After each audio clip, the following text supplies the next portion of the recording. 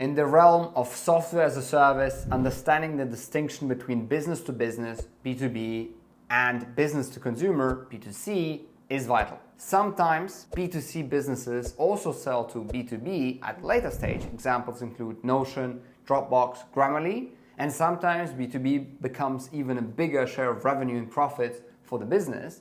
But while both aim to deliver seamless software solutions, their paths to achieving customer satisfaction and loyalty vary significantly. This distinction is not just about who the end user is, but encompasses the entire journey from awareness to purchase and beyond. In this episode, we compare 5 critical differences between the B2B and B2C SaaS customer journey, so you will have the needed guidance to refine and optimize the sales processes of your SaaS businesses. Intro.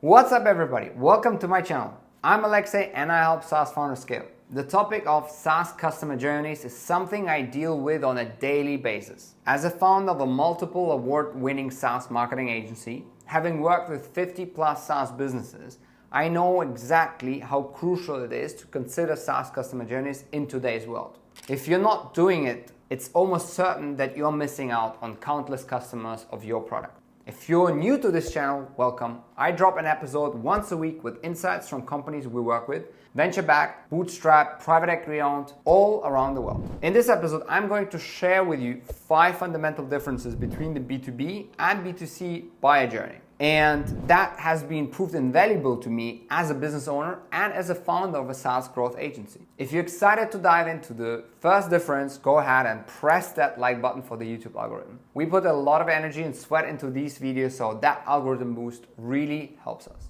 On the first place, decision-making process. With B2B SaaS, the customer journey can often stretch over months or even 1 to 2 years. The stages can be split into 5 key parts though. A. Awareness. The customer recognizes a need or problem. B. Consideration.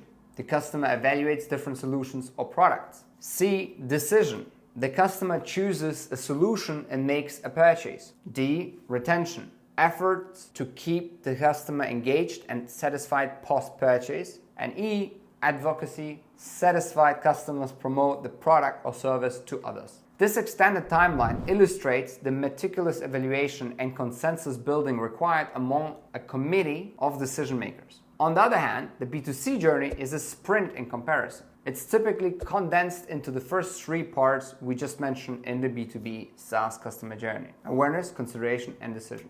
The entire process can potentially unfold over a few clicks. The impulse-driven nature of B2C transactions means decisions are made swiftly, often fueled by immediate needs or desires, rather than a lengthy evaluation. B2C is less concerned with retention and advocacy. A real-world example, an analytics tool for individuals trying to come up with new product ideas on Etsy is getting the journey to get a free version of the tool from Facebook ads or from watching YouTube videos. Customers sign up and start using the software free of charge.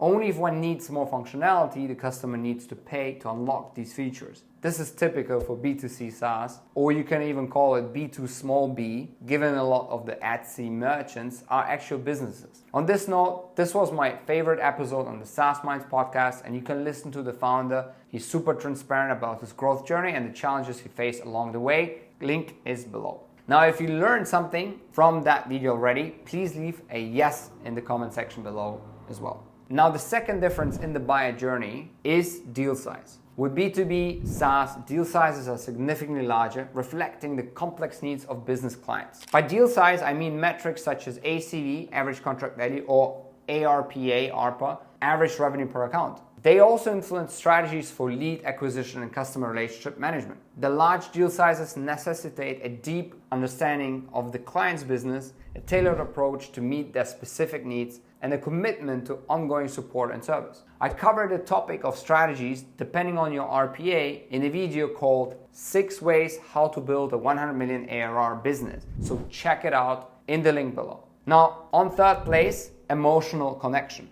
Here's a common misconception about B2B businesses. They are less emotional than B2C. This is not always the case. The emotional depth in B2B relationships actually often exceeds that of B2C due to the complex nature of B2B transactions, which involve not just a financial commitment, but also a partnership that can affect the buyer's professional reputation inside an organization and the success. In B2B, the products or services sold are integral to the buyer's business operations, making the purchase decision heavily weighted with considerations of trust, reliability, and mutual growth.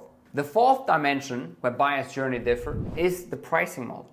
The distinction between B2B and B2C pricing models significantly impacts customer engagement and retention strategies. B2B SaaS companies, in particular enterprise SaaS businesses, do not show pricing on their page or start charging clients straight away. The business knows that the lead will not buy the product via self-serve, and therefore the business has to spend money to build a sales team and customer success team. These people are there to make the potential lead convert into a paying customer. That costs the business money, which is why the business cannot afford to give the product away for free. Conversely, B2C SaaS businesses provide freemium models aiming to attract broad user base with immediate accessibility and then later convert the user into paying customers. The pricing and website is optimized for self-serve, making it as easy as possible for the user to sign up and start using the product and getting value out of it. On our SaaS Minds podcast, we have quite a few of these bootstrap B2C business owners talking about that freemium model. So check out the link below. Another real-world example, Zoom is a company which initially went from B2C but now makes more money with B2B clients. Zoom offers calls under 45 minutes for free, and with additional functions like breakout rooms, recording, and longer calls, they start charging, as this is usually where the B2B space starts. That tiered pricing model is based on the needs and company sizes. For more insights on SaaS pricing, why not check out my other YouTube video, SaaS Pricing Models Breakdown on Path to Profitability and 10 million ARR. The link is below. So before I cover the last difference, please hit that like button. And last but not least, drum roll, engagement. Our final point of difference is engagement levels. B2B SaaS demands continuous engagement to maintain and renew subscriptions. This involves an ongoing relationship with the client characterized by regular updates, support, and proactive efforts to ensure the product aligns with the client's evolving needs. It's about building a relationship that grows over time, adapting to and anticipating the needs of the business. On the other hand, B2C SaaS only involves occasional engagement. The focus is on creating a user-friendly experience that encourages repeat usage and purchases, but without the same level of ongoing interaction required in B2B contexts. So as we look ahead, it's clear that many advancements are on the horizon to further distinguish the paths between B2B and B2C SaaS customer journeys. For instance, factors like AI, data security, virtual selling, hyper-personalization, and community building. It's like navigating a rapidly evolving tech landscape. Staying ahead of these trends is crucial for success in both arenas. So let's recap